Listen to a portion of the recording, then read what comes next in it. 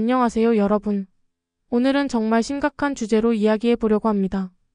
바로 우리가 무심코 던진 한마디가 어떻게 아이의 수학적 자신감을 완전히 무너뜨릴 수 있는지에 대해서 말이죠. 혹시 이런 말 해보신 적 있으신가요? 수학은 원래 어려운 거야. 엄마도 수학 못했어. 수학 못해도 괜찮아. 다른 걸 잘하면 돼. 겉으로 보기에는 아이를 위로하거나 격려하는 말 같지만 실제로는 아이의 수학에 대한 흥미와 자신감을 완전히 차단시키는 독이 될 수 있습니다. 오늘 이 영상을 끝까지 보시면 어떤 말들이 아이를 수포자로 만드는지, 그리고 대신 어떤 말을 해야 하는지 명확히 알게 되실 거예요. 수학 포기의 진짜 원인. 수학 포기는 능력 부족이 아니다. 많은 부모님들이 아이가 수학을 어려워하면 수학적 재능이 부족한가 보다라고 생각하십니다. 하지만 이는 완전한 오해입니다. 연구에 따르면 수학적 능력은 타고나는 것이 아니라 학습을 통해 충분히 기를 수 있는 능력입니다. 문제는 능력이 아니라 마음가짐, 즉 수학에 대한 인식에 있어요. 고정 마인드셋 vs 성장 마인드셋. 스탠퍼드 대학의 캐롤 드웩 교수는 사람의 마인드셋을 두 가지로 분류했습니다. 고정 마인드셋 나는 원래 수학을 못해, 수학은 타고나야 하는 거야. 성장 마인드셋 아직 이 개념을 이해하지 못했을 뿐이야. 연습하면 더 잘할 수 있을 거야. 놀랍게도 마인드셋만 바뀌어도 수학 성취도가 크게 향상된다는 연구 결과들이 계속 나오고 있습니다. 부모의 말이 만드는 고정 마인드셋. 아이들은 부모의 말을 통해 자신에 대한 인식을 형성합니다. 부모가 수학에 대해 부정적인 말을 자주 하면 아이도 자연스럽게 나는 수학을 못하는 사람이라는 고정된 인식을 갖게 되죠. 이런 인식이 한번 자리 잡으면 아이는 수학 문제를 만날 때마다 어차피 못할 거야 라는 생각부터 하게 됩니다. 그러면 집중력도 떨어지고 포기도 빨라지죠. 수학 불안의 전염성. 흥미롭게도 부모의 수학 불안이 아이에게 그대로 전해진다는 연구 결과들이 있습니다. 엄마가 수학에 대해 불안해하거나 부정적으로 생각하면 아이도 똑같은 감정을 갖게 된다는 거죠. 이는 의식적인 교육이 아니라 무의식적인 감정의 전달입니다. 부모가 수학 문제를 도와줄 때 보이는 표정, 어조, 태도 모든 것이 아이에게 영향을 미쳐요. 절대 하지 말아야 할 말들.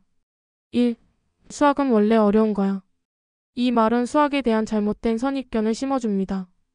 수학이 어렵다는 건 당연한 게 아니에요. 단지 아직 익숙하지 않을 뿐입니다. 왜 위험한가? 수학을 극복할 수 없는 장벽으로 인식하게 함. 노력해도 소용없다는 학습된 무기력을 만듦.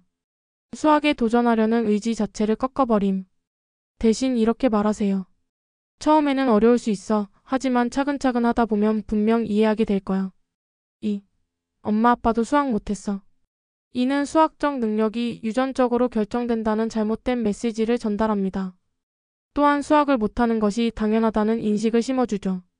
왜 위험한가? 수학적 능력이 타고나는 것이라는 오해를 강화.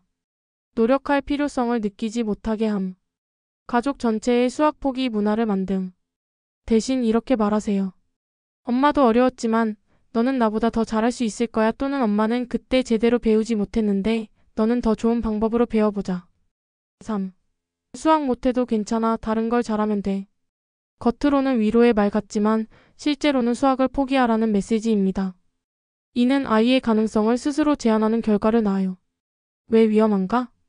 어려운 일에서 도망치는 습관을 기름. 종합적 사고력 발달 기회를 놓치게 함. 미래의 선택권을 스스로 축소시킴. 대신 이렇게 말하세요. 다른 것도 잘하고 수학도 할 수 있어. 지금은 어려워도 천천히 해보자. 4. 넌 문과야. 수학은 안 맞아. 초등학생, 중학생에게 벌써 문과이과를 구분하는 것은 너무 이른 판단입니다. 이런 조기 분류는 아이의 잠재력을 제한해버려요. 왜 위험한가? 아이의 무한한 가능성을 인위적으로 제한. 통합적 사고력 발달을 방해. 자기 정체성을 잘못 형성하게 함. 대신 이렇게 말하세요. 너는 언어도 잘하고 수학도 할 수 있어. 지금은 어느 쪽이 더 좋은지 정할 때가 아니야. 5. 계산기 써도 돼. 요즘에는 다 기계가 해주잖아. 물론 도구의 활용은 중요하지만 기초적인 수학적 사고력 없이는 도구도 제대로 활용할 수 없습니다. 왜 위험한가? 기본기의 중요성을 무시하게 함. 수학적 직관력 발달을 방해. 문제 해결 과정에서의 성취감을 빼앗음. 대신 이렇게 말하세요. 계산기도 좋지만 머릿속으로도 할 수 있으면 더 멋질 거야. 6. 이런 걸 언제 써먹겠어? 이는 수학의 실용성에 대한 의문을 심어줍니다. 하지만 수학은 단순한 계산 도구가 아니라 사고방식 자체를 기르는 과목이에요. 왜 위험한가? 수학 학습의 본질적 가치를 무시. 당장 보이지 않는 것은 쓸모없다는 단순한 사고조장. 장기적 안목을 기르지 못하게 함.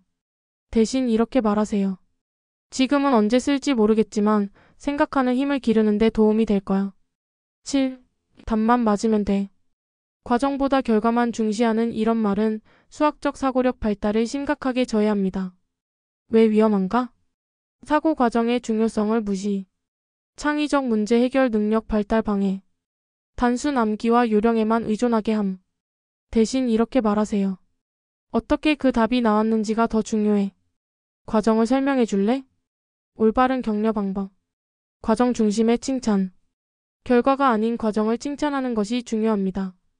잘했어보다는 열심히 노력하는 모습이 좋아. 이렇게 차근차근 푸는 게 멋져라고 말해주세요. 실수를 학습 기회로 활용하기. 실수했을 때 틀렸네라고 하지 말고 여기서 뭔가 새로운 걸 배울 수 있을 것 같은데? 라고 접근해보세요. 실수는 학습의 중요한 부분입니다. 성장에 초점 맞추기. 너는 수학을 잘해보다는 수학이 많이 늘었네. 전보다 훨씬 이해를 잘하고 있어처럼 성장과 발전에 초점을 맞춘 표현을 사용하세요. 구체적인 피드백 주기. 막연한 칭찬보다는 구체적인 피드백이 효과적입니다. 이 부분에서 논리적으로 잘 생각했어. 이 방법으로 접근한 게 좋은 아이디어야처럼 말이죠. 호기심 자극하기. 정답이 뭘까?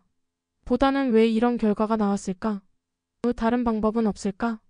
처럼 호기심을 자극하는 질문을 던져보세요. 함께 탐구하는 자세.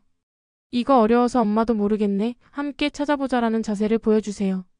완벽한 부모가 아니어도 되고 함께 배우는 동반자가 되는 것이 더 중요합니다. 수학의 아름다움 보여주기. 일상 속에서 수학의 아름다움을 찾아보세요. 자연의 패턴, 건축물의 구조, 음악의 리듬 등에서 수학적 원리를 발견하는 재미를 함께 나누세요.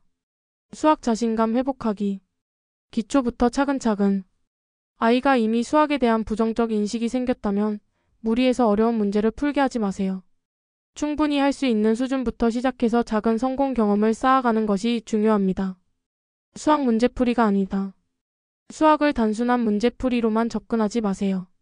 퍼즐, 게임, 요리, 만들기 등 다양한 활동을 통해 수학적 사고를 기를 수 있습니다.